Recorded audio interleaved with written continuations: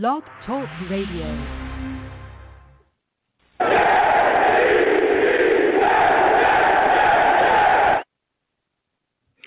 What's going on, folks? It's your boy, Long Beach Joe, back at it again. And it is time to talk about the Jets versus Rams game that we have coming up. Boy, oh boy, are we in some serious business right here. This is a Rams team that really gets after it. I'm talking about they're a very good football team. They have a lot of weapons. They can put up points. That defense is solid too. And this Jets team is struggling at times right now. So we got to get it together. We really, really do. But before we go ahead and get into it, listen, I'm the man of the people. I'm here for the people. Let me shamelessly promote my Facebook page. Everyone go on Facebook, search The Long Beach Joe Show. Like that page. My content's up there. Go ahead and give it a listen. Message me. I'll message you right back. I love going back and forth with folks about this football team. Also, leave me some feedback. I love hearing about what you folks think I do here on The Long Beach Joe Show. So without further ado, folks, let's go ahead and get into the show. I'm fired up. I'm ready to go. I'm hyped. Salute to everybody, watching and listening as well. Salute to everyone in the chat. Salute to all the savages in the chat. Alex, salute to you, my friend. We're going to go ahead and get into it, man. This is going to be a very, very tough game the Jets have coming up. This Rams team is serious, man, serious. And they're a team that's competing. They're 9-4 right now. They're fighting. They're trying to continue to make a push for their playoff spot.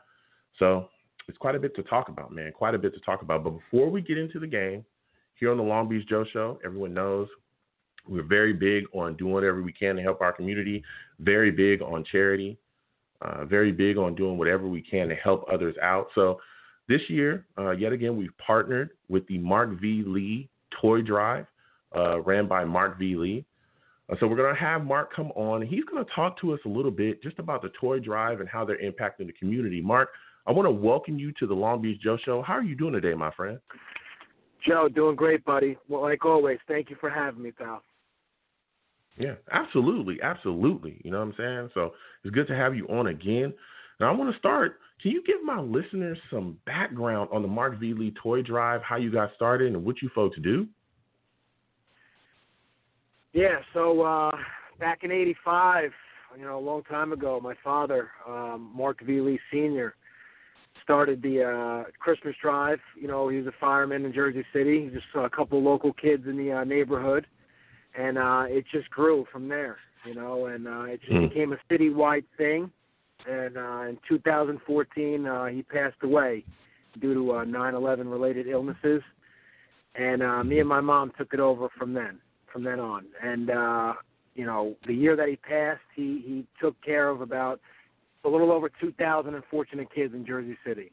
And last year, me and my mom, after taking it over and her drive and the way that she got it out there is we were up to 8,000 kids that we took care of last year. Wow. I'm always really blown away by the numbers. I mean, 8,000, that's quite a bit there, Mark. You're really impacting the community. No. You're really doing absolutely. what it takes to change these kids' Christmases around, Yeah, no, absolutely. Yeah. It's just one of those things where, you don't like to see it, but it is out there. Holidays can be tough for a lot of families, especially, this year with the virus and a lot of people out of their jobs. So we're just kind of doing our part, to make sure that a lot of these families have a Christmas this year. That's all. Yeah, absolutely, Mark. And again, I want to thank you for doing all that you do there with the toy drive.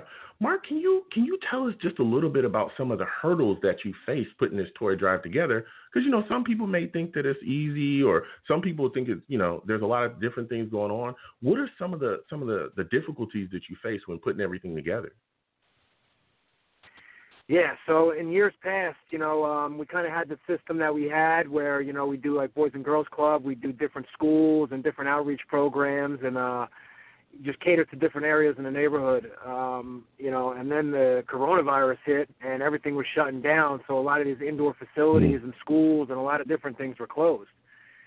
So it was a little stressful kind of, figuring out a plan of attack here to kind of get this thing going, get it off the ground this year.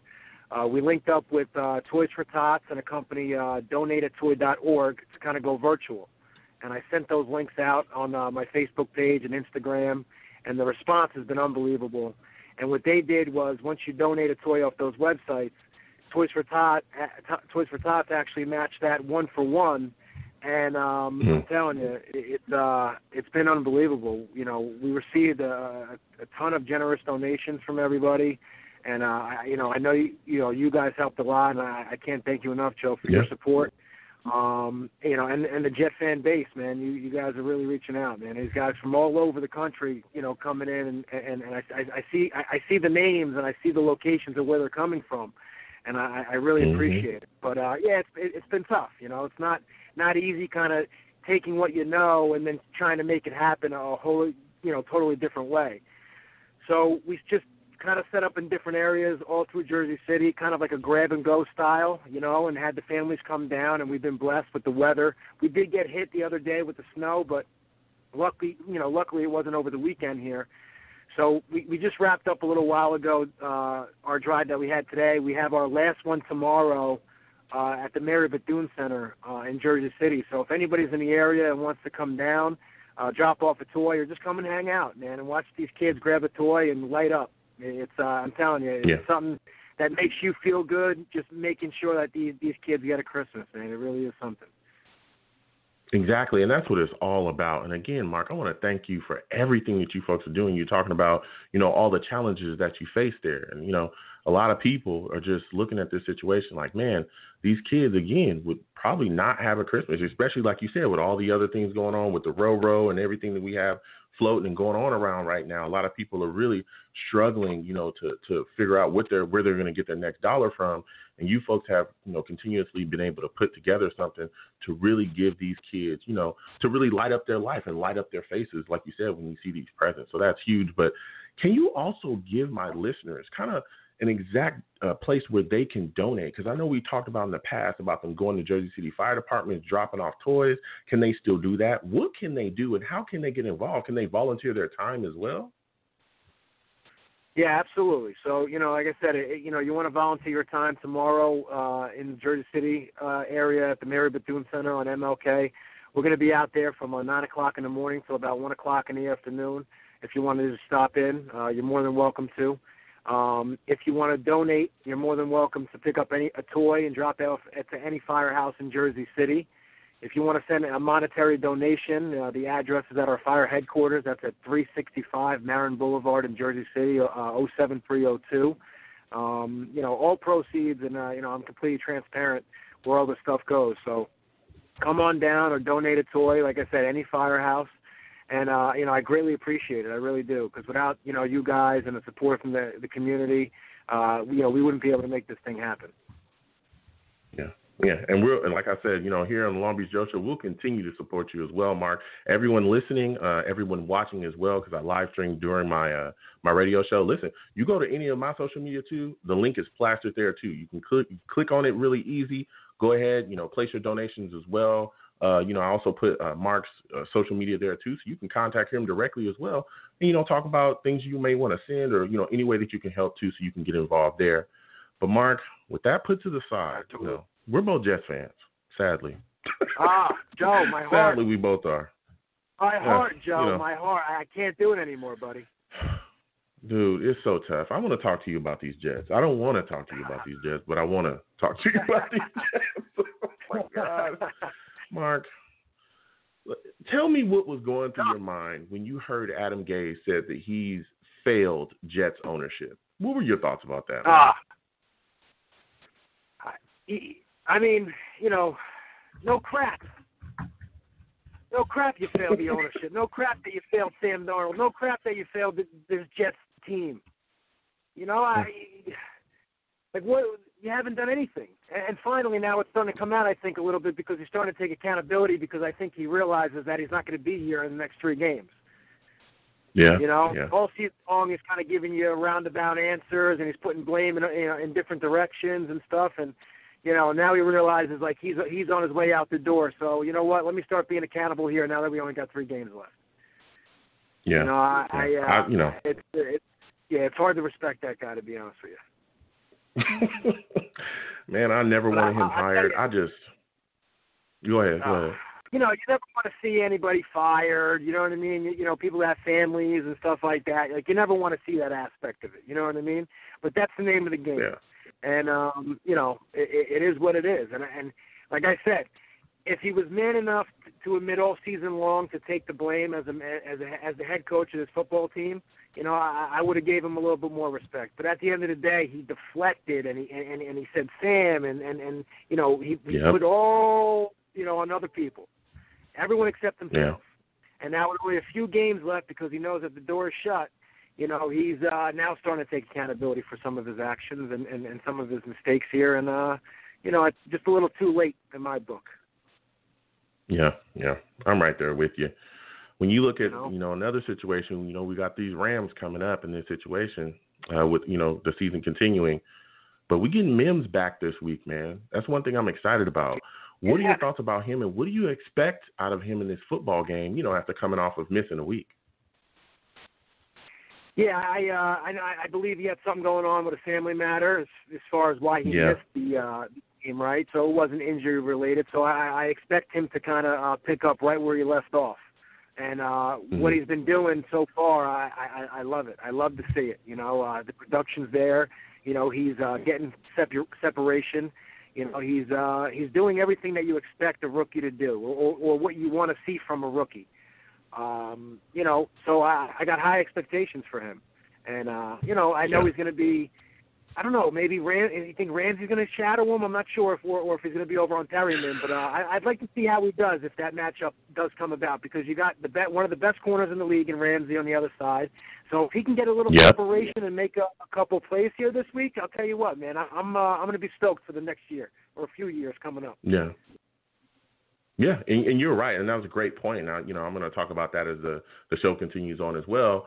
Like you said, he's going to be, possibly matched up against, some people say he's the best corner, one of the best corners, whatever. I have him up there as well in the game, So we're going to see how you perform against one of these top corners. But again, he's a rookie, but we want to see how you fare because, again, there's a lot of, stiff competition. We got great players, great corners in our division that he's going to have to face up against as well, too, continuously throughout the rest of his career. So it's going to be interesting to see how this matchup happens. But listen, Mark, I want to thank you for coming on, man. I really, really do love everything you do. Before you go, can you please give my listeners, again, all the directions to just getting involved in your charity and how they can donate and where they can give their time? Absolutely. So once again, if you want to send any monetary donations, it's going to be at our fire headquarters at 365 Marion Boulevard in Jersey City, New Jersey. That's 07302. If you're just in the area passing by, you want to pick up a toy or in the neighborhood, drop them off to any of the firehouses. They know the drive well and they know where to get the toys to. Also tomorrow, if you're in the area, we'll be at the Mary Bethune Center on MLK from 9 o'clock in the morning to about 1 o'clock in the afternoon. Stop in, say hello, hand out some toys with us, and, see what we do firsthand here. And, Joe, like I say, man, every week and, every time I get a chance to talk to you, I really appreciate you supporting this drive, and I always look forward to talking to you, buddy. Absolutely. And again, Mark, I want to thank you for everything that you're doing, man. That means a lot to help these kids out and give them a solid Christmas, especially with all that we have going on. That means a lot to them. That's going to impact their lives extremely, extremely heavily. So again, I want to thank you for all you do, man. So thank you for coming on, Mark, and I want you to have a good night, my friend. Likewise, pal. Enjoy the rest of the show, man. And, go Jets. The future's bright for us. Let's go. We had nowhere to go but up, huh? Not this year, but soon, right? Yeah. All right, you have a good night, Mark. All right, Joe. See you later, pal. Oh, Mark V. Lee of the Mark V. Lee Toy Drive. Listen, they're doing phenomenal things over there. That drive, everything they're doing for children, everything they're doing, with getting these kids gifts. Please, if you can donate, get involved. Again, he talked about all the places where you can go. You can still, give a toy to those, fire departments in Jersey. But again, you can go to my social media and the link to the drive is on there. You can click that and donate all that you like. It's greatly appreciated. Anything you can do, no matter how small, I'm telling you, is greatly appreciated by those children. So again, I want to thank everyone that just gets involved in that either way. And I want to thank Mark V. Lee for coming on and talking to us about the drive. No, listen. Now it's time. The time has come to talk about the Jets. All right? It's time to talk about it. Listen, Yang, I know that the team sucks. You ain't got to tell me.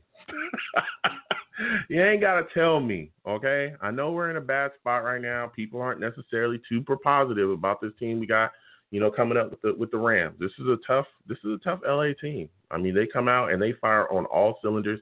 They got a great head coach, that definitely can draw up things offensively, and they will put you away. And so, the Jets have to come out with some fire. And we've got to start early. And I got a couple callers in. I'm going to get to you folks as well in a second. Salute again to all the savages in the chat, man. Matt Curtis, Sir Tunes, Angel Reed, Port Wait, Alex Patterson, Niger. Yo, salute to y'all, man. Salute to all of you. Again, I want to thank everybody for joining. I see a bunch of other people as well. Salute to everybody. This is going to be a tough matchup, a really, really tough matchup. This Rams team can get after it. I'm very worried about them offensively. You look at the situation they have. Their running backs, to me, they run the ball pretty tough. They really, really do. Brown, Henderson, all these guys that they got, and some of these guys as well can come out the backfield and catch the football. And I'm very worried about that, especially with some of the issues that we're having, the injuries that we have on this football team. You got Jordan Jenkins going down with a shoulder issue. He's going to be on IR. They're saying he's going to have shoulder surgery, so he's going to be done for the rest of the season. Fadukasi, he's on the row list. They're saying he had contact with someone that may have the row, so he's going to be out as well, so he's not going to be playing. So, that's going to hurt us on defense in particular. And you look at that situation there, our linebacking core is pretty thin. You got Neville Hewitt, Lange. We're pretty much down to like 5 backers at this point. I think they're going to have Neville Hewitt playing outside linebacker because Jordan Jenkins is gone. I mean, it's going to be tough. We're getting some guys back, though.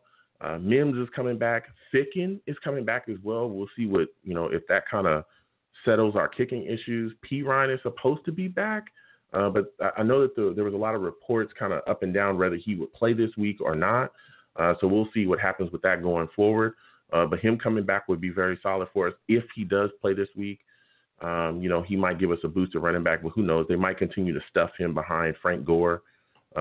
We've heard Adam Gase talk about how he's not interested in, sitting Gore to figure out what these younger backs have. I mean, it's pretty ridiculous over here, but we've got to make sure, that if we're going to go out and compete against this Rams team, we've got to bring it, and we got to come out early. We got to be ready to go, because again, you come out sluggish against the Rams, they will put you away early. And my big thing for us offensively is we have to start fast. You have to come out and you have to find a way to get the ball out of Sam Darnold's hands quickly. You cannot let Aaron Donald, Brocker, all those guys that they have, Floyd, these pass rushers they have, you cannot let them just completely destroy Sam Darnold in this football game. You can't let that happen. You can't let that happen. You got to run the football effectively. Again, if P. Ryan is going to be back, if he actually does play in this game, you got to get him the football. You've got to find some ways to get, chip down on those early downs to where if you get to third down, it's 3rd and 2, 3rd and 1, something like that. You can't come in here and have 3rd and 10s against this football team, against this defense, and think that you're going to have a great level of success, especially when we talked about Patrick Ramsey. Like, we gotta get it together, man. We got to get it together. You know what I'm saying? Because Jalen Ramsey. You do not want to attack Jalen Ramsey constantly. So you got to find a way to chip it down on early downs and get the ball out of Sam Darnold's hands quickly. Mims being back, I know that Crowder is still dealing with some calf stuff as well, so we'll see, how he performs too with those calf injuries. And Perryman as well. We got to take some deep shots. We got to see what we can do offensively. We've got to keep them honest. We got to let them know, we're not a great football team, but we'll take it at you if we really need to. You know what I'm saying? Defensively, I'm a little worried as well. I'm worried. And I'm worried because this offense, outside of just their running game, they got some great wide receivers. Cooper Kupp, Woods.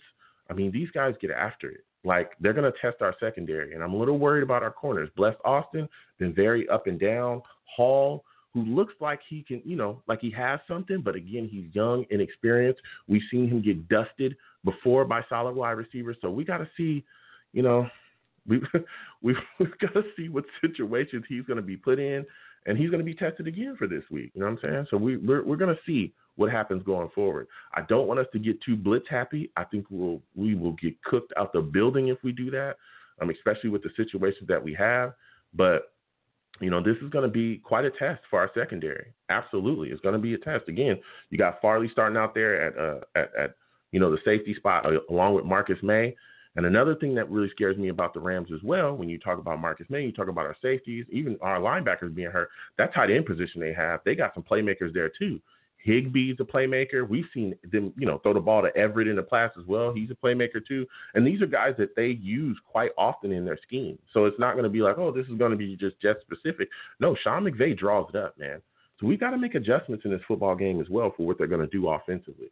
We're going to see. What's going on. So I'm kind of giving you my little spiel before I get to the callers. I definitely want to discuss this with everybody, on the line. So we're going to get there. So first caller I'm going to go to my guy, Elias, man. Elias, I'm coming to you. Welcome to the show, my friend. I hope you're having a good day. I want to first, before we get into the game, I want to get your thoughts on Adam Gase saying that he let ownership down. How do you feel about that, my friend? Hey, Joe, how you doing tonight, man? I'm all right. How are you doing, my friend? I'm doing good. So, it's pretty obvious, Adam, but, yeah, I'm glad he admitted it. But that pretty much makes it 100% he's getting fired, which I always, believe he's getting fired no matter what. But you can't stay after an 0-16 year with the 32nd ranked offense for back-to-back years. But that pretty much just cements it for me. But yeah, I think it's pretty obvious. I'm glad to hear him say that because it seems like ownership are the only people who actually believe in the guy, and so that he's saying that he let them down. I don't know, it makes me happy because you obviously did. So. Yeah.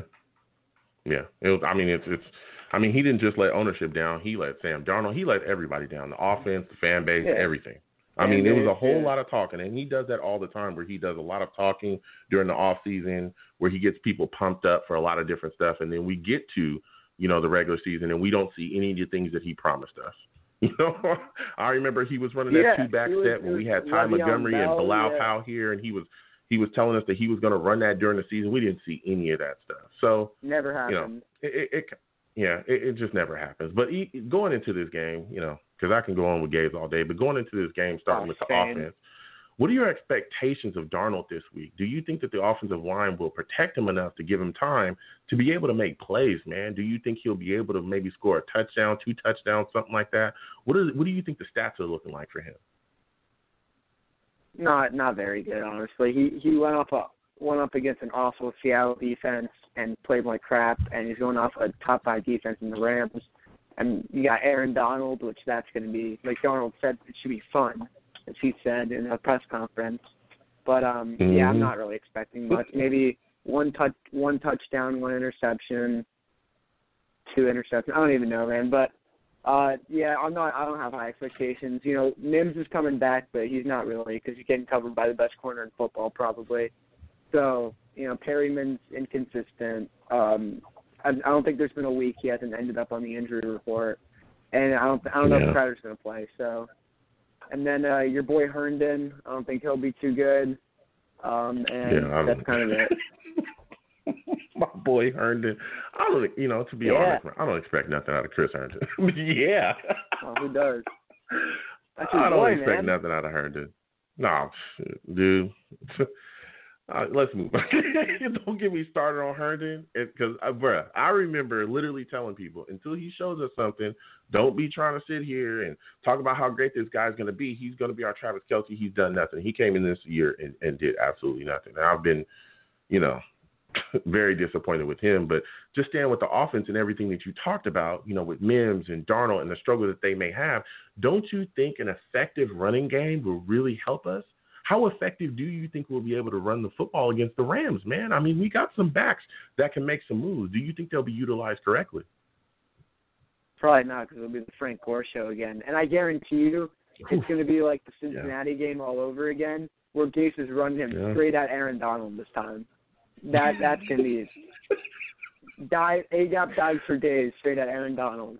Can't wait. Oh, I remember that game. I was furious. I could not believe that he was doing that. that would be an Adam Gase call football game. I mean, it'd be completely ridiculous, man. But do you think that we should avoid throwing to Ramsey at all costs? Like, should we just stay away from him throughout the game at all? So we should never just go at him whatsoever? No, like if Mims or Perriman's open, then yeah. But you gotta, if you're Sam Darnold, you gotta make sure there's a good amount of separation there. You know, it's Ramsey's ball skills and comfortability. You just gotta. I'm not gonna say like, oh, the game plan is this. Don't target him at all. If he gets burned, he gets burned, and you target him. But I would definitely try to avoid it if he's covered. Yeah.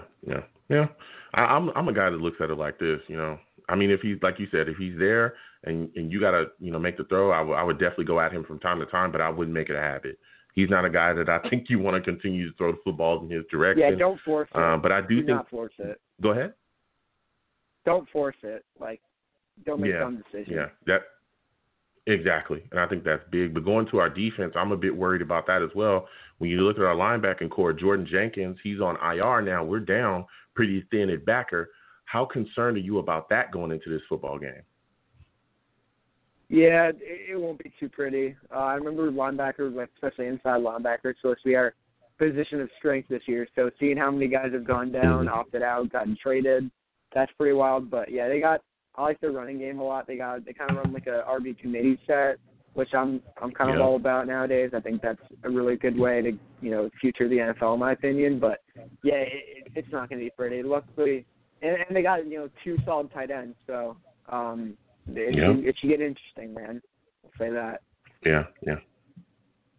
Yeah, and that's where I'm at as well. I look at the situation there, and like you said, the two solid tight ends they have, Higbee and Everett, those guys can move. You get the football in their hands, and they can really make an impact on this football game. So I don't know what we're going to do there. Again, I think Neville. Yeah, and I think Neville Hewitt is probably going to be playing outside linebacker at this point. It's going to be tough. But when you go to our front line as well, with Fadokasi being out with the Roro, do you think Nathan Shepard will be able to come in and give us some quality snaps? Are you concerned about our defensive line getting manhandled and abused out there without Fadokasi, one of our better defensive linemen? Yeah, it should be interesting. Hopefully there's, a good rotation going on there. Get, Kyle Phillips, Nathan Shepard involved well. Maybe get Zuniga. I know they've been playing him a bit on the inside. He's kind of been invisible, so I hope he plays well. But, Foley's a great player, so we're definitely going to miss him this week on the, the row list, as you call it. But, that linebacker, now that I'm thinking about it, like, edge rusher line, but that's going to be a disaster this week. Jesus. Yeah. It's just tough, man. But so many guys going down and things just not going the way that we would think this season. It is what it is. But my final question before I let you go is, with Ficken coming back, do you think our issues at kicker will resolve themselves? How are you feeling about that? Are you confident in this guy, coming back and being healthy and be able to make the kicks that we need him to make? Absolutely not, but it's good for the tank, so I'm happy about it. He's terrible, though. Give me your final score prediction, my friend, for this game, the Jets game against the Rams. 35-7. Ooh, 35-7. I'll respect it. All right, Elias, I got to keep going, man. I got quite a bit of callers, man. I want to thank you for calling in, my friend. It was good to speak to you. You have a good night. Absolutely, man. Only 3 left. All right, have a good one. Whew, man, Elias calling in and just telling the truth. It is what it is. It's tough right now. It's really tough with this football team, the way that we're looking. So many guys going on IR, guys getting injured, just issues upon issues, You look at the situation again with Fadokasi. He's out this week. We got to depend on Nathan Shepard, a host of other guys, Zuniga, so on and so forth. And this is a week where maybe, again, we're going to see the impact of Quentin Williams be much needed, because we're going to be hurting. If the Rams get their running game going, it's going to be tough. It is going to be extremely tough, especially when they're able to work the play action off of their running game too. I mean, it sucks. It sucks. So I'm going to keep going to these callers, but I'm going to go to my chat really quickly. I'll call my chat the Savages. If this is your first time watching me, or first time listening to me, on Blog Talk Radio, I also live stream while I do my radio show. So I have my folks in the chat. I call them the Savages. Why? Because they're savage. They remain savage. They don't stop, man. You know what I'm saying? So Savages in the chat. Jamal Damon in the chat. Salute to you, Jamal. Jamal says the Rams also work play action. They're also a play action team. So if those safeties are trash, they will get beat. That's a fact. That's a fact. If the Rams can bring you down, suck you down into, that play action, it's going to be tough. It's going to be extremely tough because let me tell you, you bite on that, especially if they're running well, you bite on that play action, they'll hit you for something deep. And it's always Cooper Kupp, Woods, even Reynolds, the other wide receiver that they have. They will burn you on the back end. Absolutely. Man, it's going to be a tough game against these Rams. And we're going to have to step up. So salute to everybody in the chat. I'm going to get back to these callers really quickly. I'm going to go to 862. 862, I'm going to come to you. I want you to give me your thoughts on this Jets game, against this Rams football team. How are you feeling about the Jets going into this game? And do you think that the Jets will be able to slow down the Rams running game? Absolutely not. I want to tell you that my wife told me she loves your enthusiasm, and I want you to know that every Sunday she makes me watch. She says, you got to be a Jet fan all the way through. And every week she says, you're wrong, and I'm right. So I love you, Joe. I love you. So let's get down to this game. Well, thank you so much. This is the most one-sided game we're going to see over the next 3 weeks, and that's considering what happened in Seattle. You're totally positive. I love that. So I want to shout that out to you. But, no, this is going to be a one-sided affair. I'm going with your prior caller, 35-7, 40-13, if we're lucky. Because I was talking to her about this before the show, and she told me, you got to call in tonight. And it was because she was telling me, you got to call in, because she heard our last interaction. The thing that gets to me is our best player is not lined up against Aaron Darnold. Back in the day, we had Nick Mangold or Kevin Maway or even Joe Fields. Yeah. They were great centers. The Jets are known for great centers. We have a history of this. And we're going against the best nose tackle in the league. If I were the Jets, this is the way I would try to win this. I would line up 9 guys on the line of scrimmage. And I would do very similar to what Bill Parcells did in the 1990 season, of course, a former Jet coach, when Phil Simms was down and our number one running back, Rodney Hampton, was down. Just line them up and go for 3.5 yards a play and push forward.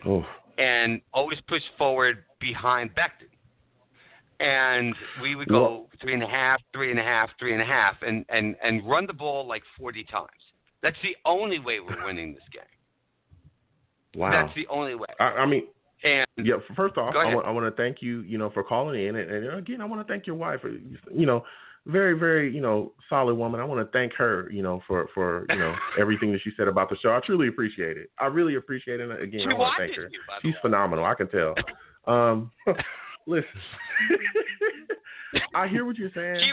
Us running the ball effectively, I think is going to be, very, very huge, especially to keep the Rams honest.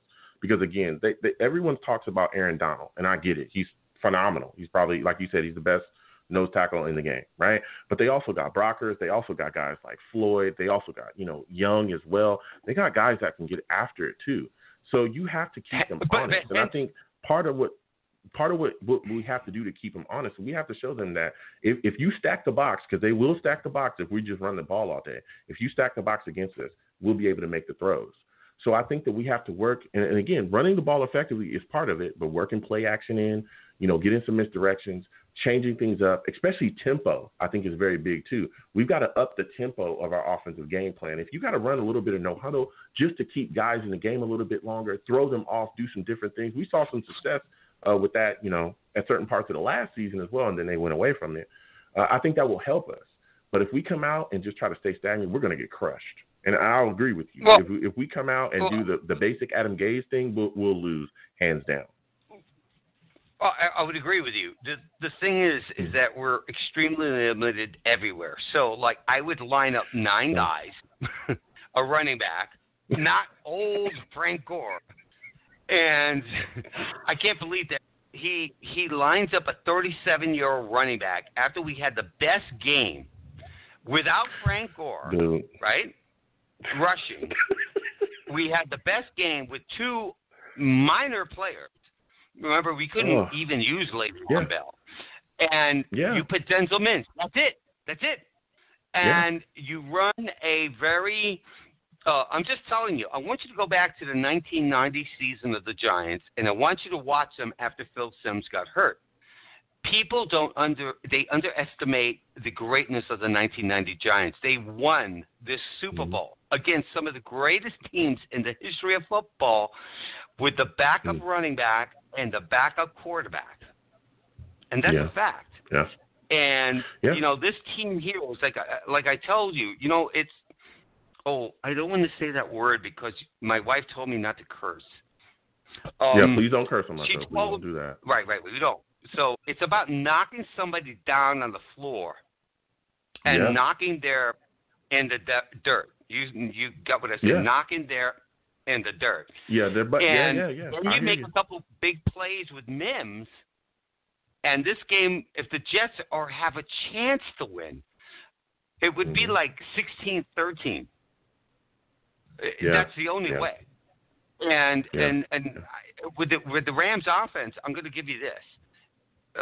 Jared Goff is Mitchell Trubisky on a better team. Okay. Ooh. That's his level. Okay. That's your take. Okay. He's Jared Goff. That's your take. I respect it. He's Mitchell Trubisky on a better team. Okay. Okay. You so pressure him at all. When you look at us defensively, though, one second. When you look at us defensively, because you bring up Jared Goff, and you know, I was looking at the same situation. I think he's a little better than that, but I respect your take. I think a big key is us getting pressure on Goff. That's a big key. But when you look at our linebacking core, because we don't have a pass rusher, one guy I thought we were kind of close to being a pass rusher, Jordan Jenkins, he's go down. He hasn't had big success this year. How do you think we get pressure on Goff then? Would you be interested in sending blitzes? Do you think that just Quentin Williams on the line is enough? Are you just trusting his disruption to cause these issues? How do you think we get to Goff to create, you know, those Trubisky-like mistakes? Well, Quentin Williams has been the best defensive player on our team. You know, this is the season that we expected of him 2 years ago.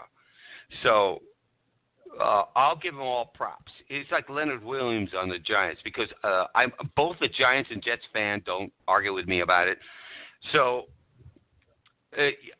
I'll give this with Greg Williams. You have to blitz him. You have to go all out. If you're gonna make a mistake, make it big. Okay. So we're gonna have to be uber aggressive on him. We're gonna have to change up the coverages quite a bit. And at the end of the day, we have to make this an ugly game. 13-9. If we're gonna win this, it's gonna be like 13-9. It's not gonna be anywhere close to what we saw when they played the Raiders. That was the game that we blew. We should have won that game, and Greg Williams deserved to be fired. But that Greg Williams defense, up until that last play, gave us the opportunity. But if they score 20 points, we lose. Wow. Okay. All right. Before I let you go, can you give me your final score prediction for this game? It's like 40-13. Okay. We're going to get slaughtered. All right. But my wife is going to make me watch it. And she wants to send out a shout out to you. She loves you, man. She loves you. You know, you remind me from. So much. I told you I grew up on the Lower East Side of New York. She grew up in the Bronx, and you remind me of us. So stay strong. Yeah, absolutely. Listen, thank you so much for calling in. And again, thank your wife for all of her support. She's phenomenal. Thank her as well. You have a good night, my friend. Oh, you too, Joe. All right, have a good one. Phenomenal call from a great Jets fan. I'm going to keep hitting these lines, but let me tell you, it's tough. It's tough. I know a lot of people say, hey, Joe, you're really positive. I am positive about the football team, but I'm extremely realistic, okay? I don't live with green goggles on. I don't, run around here thinking that we're going to, win a Super Bowl. No. This team is bad. This team is real bad, but, you got to look for wins where you can. You got to find ways. That's why we play on Sundays, You got to try to do whatever you can and put the team in the best position. So we'll see what happens. But, again, I want to thank that caller for calling in. And, again, I want to thank his wife for all the support as well. Phenomenal. So I'm going to keep going with these callers, but I'm going to get to the chat just really, really quickly. We got some guys, the Savages in the chat getting after it. Brian Scantleberry in the chat says, besides Trevor with the first pick, who do you want to see the Jets use the second pick on? That's a little bit further ahead, but I'm big on offensive linemen. Everyone knows that I have a plan to move the first-round pick, but if you're forcing me to go with Trevor, I think our second first-round pick should definitely be used on an offensive lineman or even utilized to trade down. That's another one of my ideas, too, is taking that second pick and trading down and trying to net more capital so that we can continue to build this football team. And I think that that's a take not a lot of people are looking at. And I have quite a bit of takes, and I've let them go here and there. You know what I'm saying? So, salute to everybody, that's in the chat. Salute to B. Strickland. I see you in there as well. Salute to you, my friend. Welcome to the show. Angel Reed in the chat says, Gore up the middle 35 times at almost 40 years old. I'm shocked. And the last caller brought that up as well. I'm shocked that he is I'm shocked that they're still running him like he's a 22-year-old running back. But, when you have an incapable, offensive mind like Adam Gase, what more do you want? He's an idiotic head coach that should have never been hired here. And we're seeing, the issues that we have coming from him. Again, if you want to call in, it is 515-602-9639, 515-602-9639. Call in and talk to me about, our upcoming game against the Rams. I know it's tough being a Jets fan right now, but do not call into my show and curse. I'm telling you, you curse on my show, I will get you out of here fast. Okay? Faster than Adam Gase can call a dive play with Frank Gore. That's fast. That's fast. That's fast. Faster than the Jets offensive line can let up a sack. That is fast. That's fast. That's fast. That's fast. So we're going to get back to these callers. You know what I'm saying? I'm going to let my guy Steve, man. I want to talk to Steve. Steve, welcome to the show, my friend. Give me your thoughts on the Jets going into this Rams game. How are you feeling about this football team right now, my friend? Well, first of all, Joe, it's great. It's great to hear from you again, man. I love talking to you. Here is the thing. Back, this was a long time ago back then, but here, unfortunately, Joe, I said this once, and I'm going to say this again because this happened when we played against Kansas City back in October. Unfortunately, Joe, tomorrow, we're going to die tomorrow. I'm really sorry to tell you this, but we're going to die tomorrow. We are going to die tomorrow. We're going to die. We're going to die. No, The Rams are going to probably annihilate us because they are so much more of a talent than we are. I mean, the Rams are a complete different football team than we are. I mean, because look at this thing with the Rams. I mean, okay, let's start off by talking about their team. Listen, Jared Goff, who is their quarterback, Jared Goff, don't get me wrong, he is a very good quarterback, and I do respect of what he has done. But, I mean, he's not a top running quarterback like Patrick Mahomes and Russell Wilson are. He is a good quarterback. But what Jared Goff has is playmakers, such as Tyler Higbee, Cooper Kupp. He's got a good running game in Cam Akers.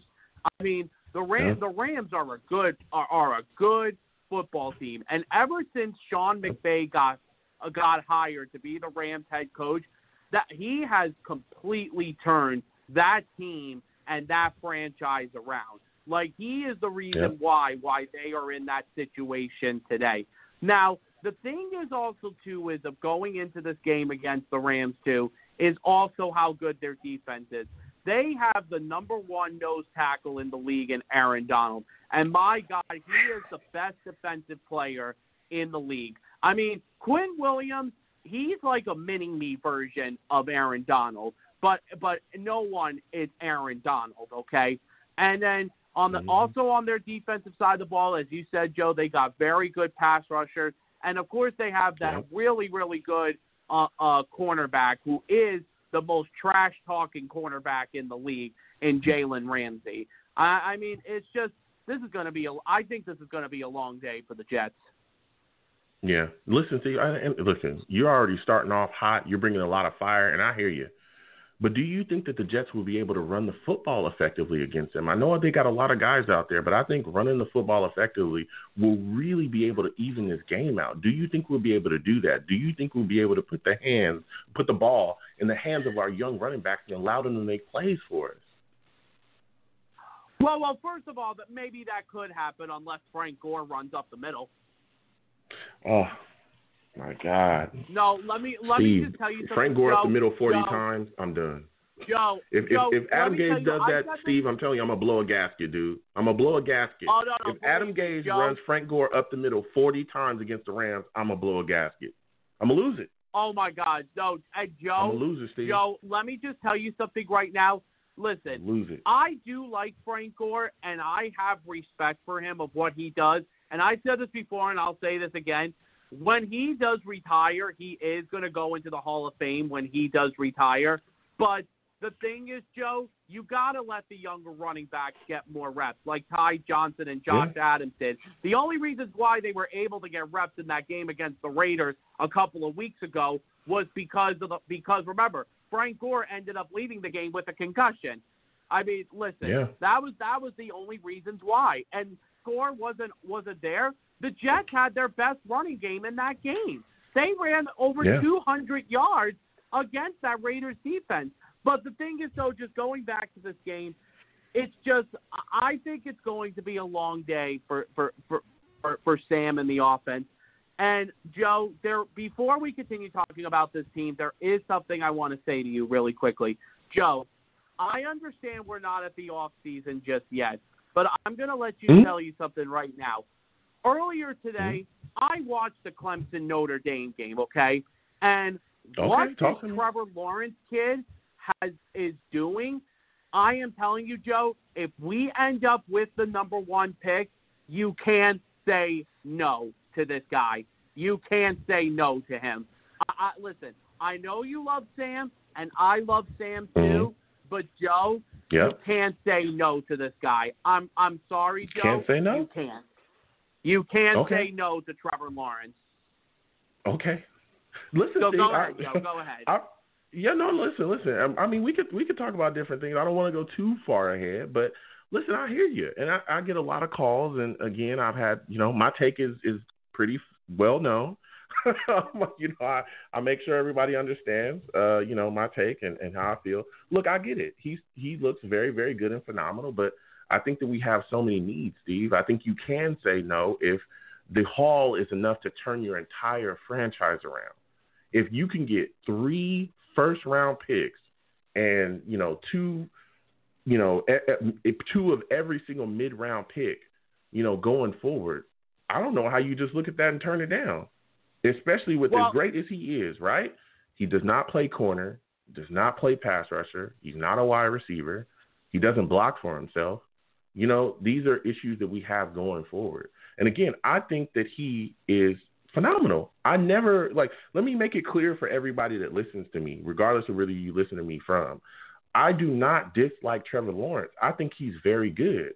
My problem is this football team, I do believe in Sam Darnold to a point, but I think that this football team is horrific. If you look at our talent, we are horrific. And my problem is this, is that people think that Sam Darnold comes in here, right? People think that Trevor Lawrence is going to come in here and just throw to himself. And that's not going to happen. We don't have enough weapons. We don't have enough anything. So if I can turn this team around, and again, I've made my plan very well known, right? Because I like to get my takes out there early.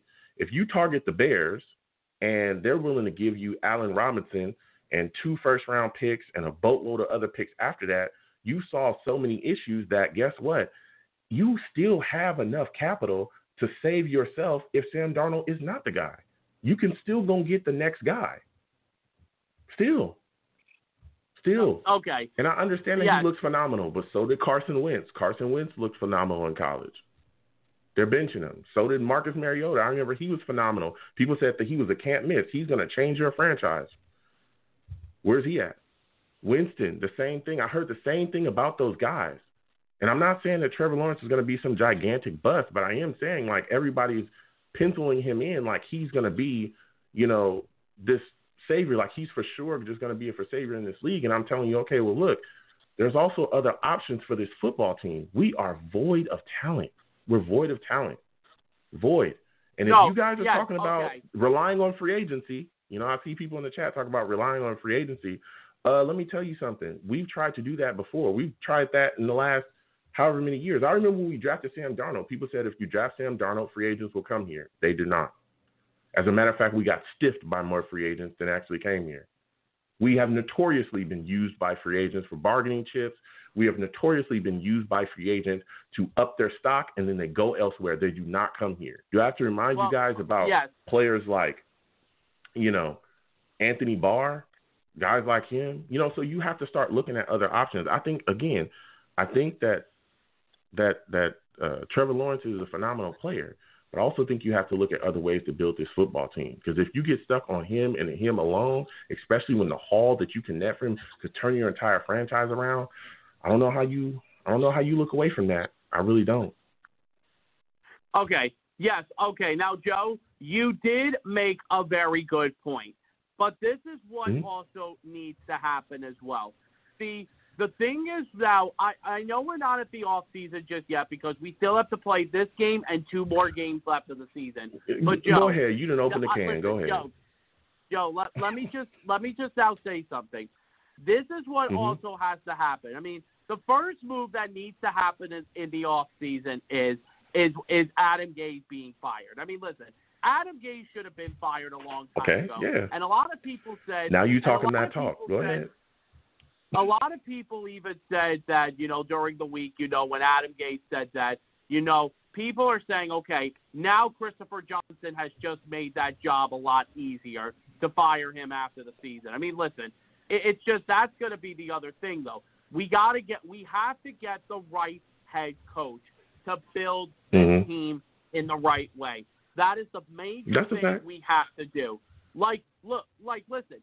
If you're watching bits and pieces of the Bills tonight, the Bills are on their way to win the AFC East Championship for the first time since 1995. And do you Jet fans want to know why? Listen, I remembered when a lot of people talked about when the Bills made a big mistake of drafting Josh Allen. And Joe, listen, the way how he's been built around that football team has been phenomenal. And Joe, I'm sorry. I remember in the past when you called Josh Allen a trash quarterback, he's not a trash quarterback anymore because he was built the right way.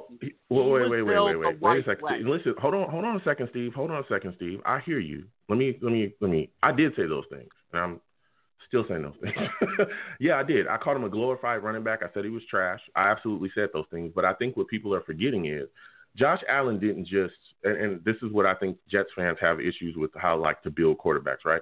Josh Allen didn't just wake up and one day and raise himself off the floor and go, I'm going to be one of the better quarterbacks in the league. No, he was coached up, right? He's been coached. If you watch any of these games, the first thing they'll start talking about are how his coaching staff has helped him literally refocus his mechanics. They've rebuilt his mechanics.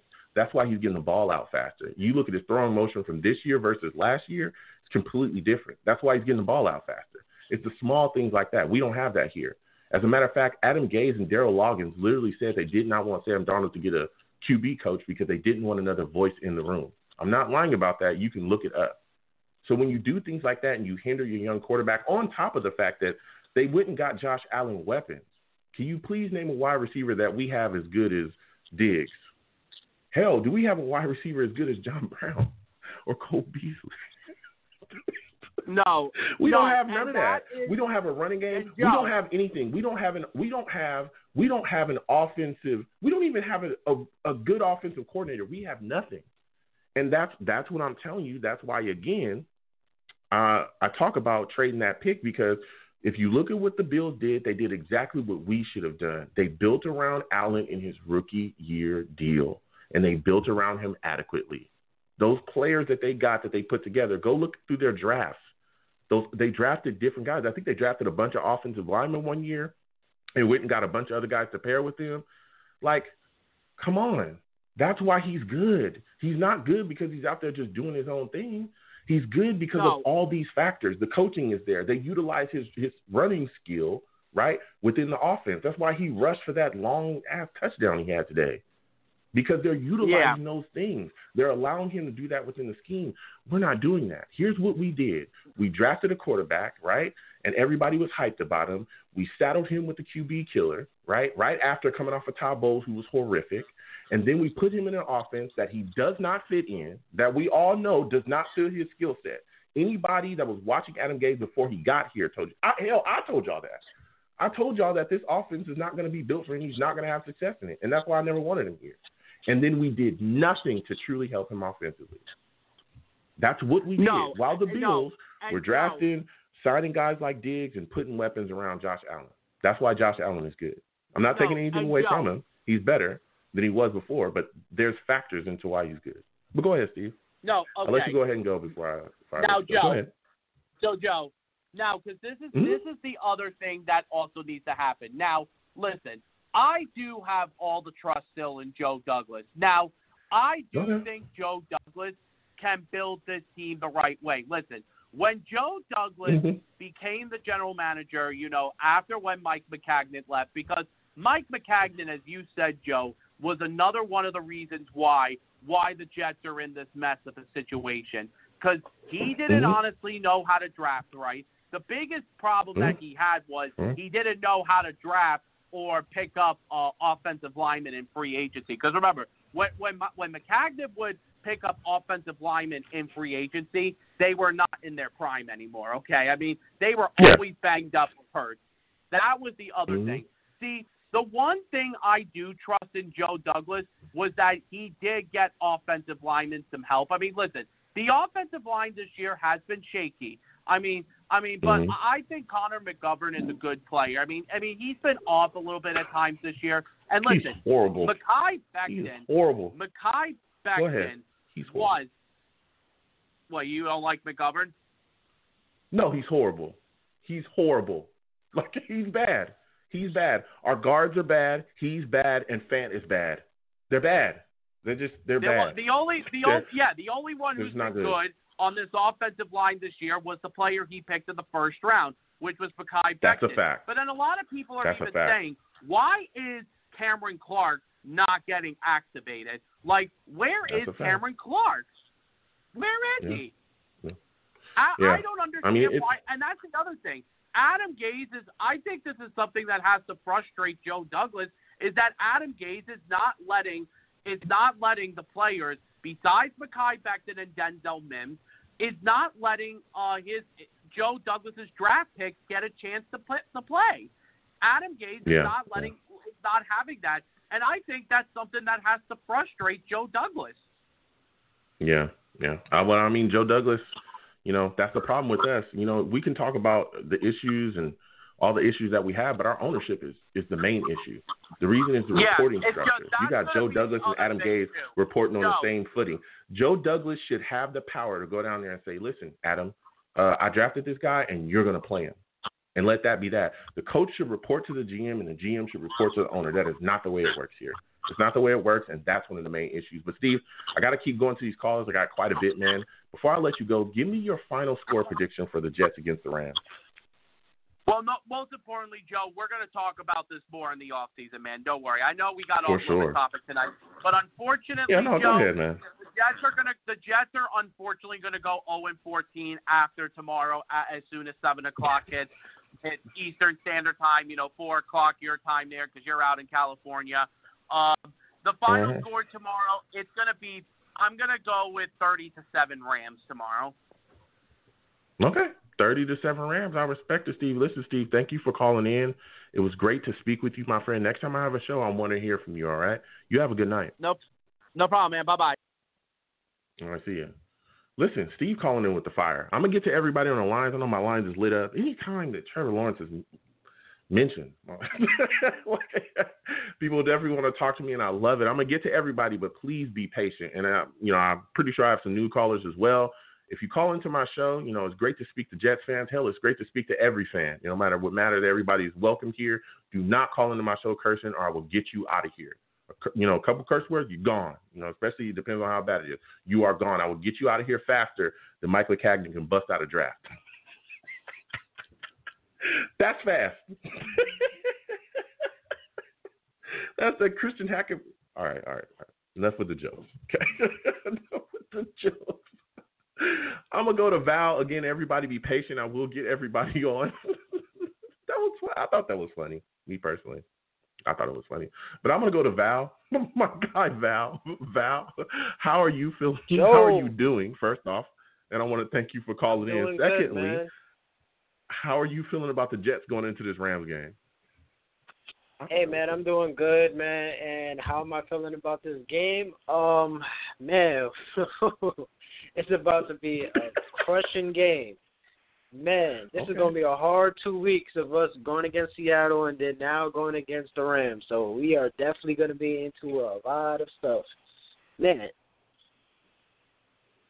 Yeah, it's tough, man. It's tough. When you look at the situation that we are in, it's bad, man. But I want to start on the offensive side of the ball with you. I want to get your thoughts on, Mims coming back. He's going to be on the field this week. We know he was dealing with a family issue last week.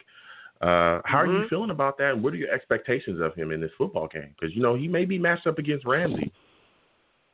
Man, see, that's exactly why I really want to see, I want to see Denzel Mims get, tested. I want to see him go against, like, an elite cornerback. I wouldn't say he's, like, elite, but he's very good. He's a very good cornerback. He's going to get in your face. I want to see how Denzel Mims matches up against him, so I would definitely look forward to that, But other than that,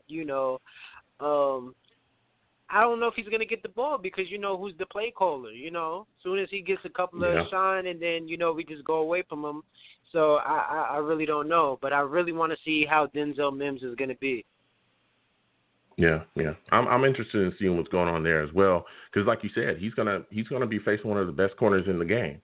And this guy's going to get all in his face. I'm talking about all in his chest. So we're going to see how you react to that kind of pressure. And, again, he's a young wide receiver. So, there's still time to grow in things. But I'm telling you, we're going to see, what happens. But even, staying on the offensive side of the ball, do you think the Jets will be able to run the ball effectively against the Rams? I think that this is paramount for us to do. Because everybody's talking about how we're going to get blown out, which is, understandable, especially when you look at this Ram squad. But I think running the football effectively and getting us started out that way will really open things up for us. Do you agree with that? Right. And do you think we'll be able to do that? Well, what I would say is, like, we have a future running back in Frank Gore that's about to get this 5-year extension, so we might as well. We might be getting, No, but to be serious, man. To be serious, I think we do have to get the young guys involved as well too. It's going to be hard. Like I said, the offensive line. Like I said, Sam Darnold, he runs to his left side for a reason because that right line is basically open season for anybody to come through. So that's going to be the problem. So we're going to have to, if we don't run the ball, they're going to just play nothing but coverage. And, Sam Darnold's going to force a couple of throws, and it's going to be an interception. So we have to balance it out as much as possible. And we have to, at least, get that defense tired. You know what I'm saying? So we have to run the ball. Yeah. When you look at us defensively, though, I'm very concerned, bro. I'm concerned about this. This Rams wide receiver core is serious business. Like Cooper Kupp, Woods, Reynolds. How worried are you about that matchup with our young corners? You look at Hall. He's been cooked by a couple wide receivers out there. How worried are you about him in coverage and also Bless Austin to be in attack too? Because we've seen him have kind of an up and down season as well. Yeah, I mean, it comes to a point that this is probably his 4th week actually being a starter. So I'm gonna give him some slack because he hasn't really been playing as much because he was injured like from the beginning of the season. So he didn't really get that much coaching. So you remember he's just coming off of coming from college, so he's just going into there. So I'm gonna have to give him some, some length and stuff like that. Hopefully he comes around. I did like him under Greg Williams. I did like him under Greg Williams is because, Greg Williams was really getting at it. And you seen the difference from last week. I'm not going to say, like, everything was peaches. I'm like, everything was perfect. But you seen people was really fighting, you know what I'm saying, on defense. And then you seen last week, everybody was lackluster. It was like, it was really no fight. So I don't know, man. I hope so because, I hope Paul comes around and actually, steps up. And, this motivates him to actually get better. Yeah. And also, I hope it does as well. Also, go ahead. Yeah, and also, I definitely want to get into Adam Gase, saying he apologized to the owners and stuff like that.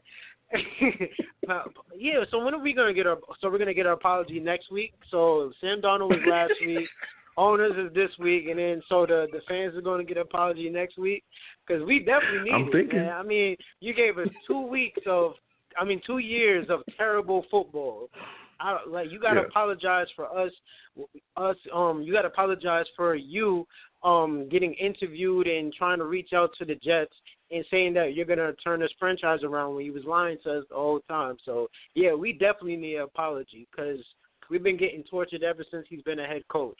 And like I said, he's making Todd Bowles look like a great head coach. So, yeah. Which he was average, but that's hard to do. Minute. Hello?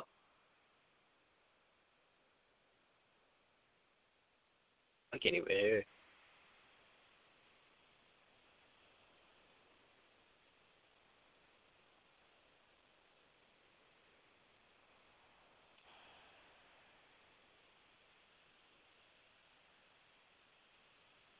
Hello?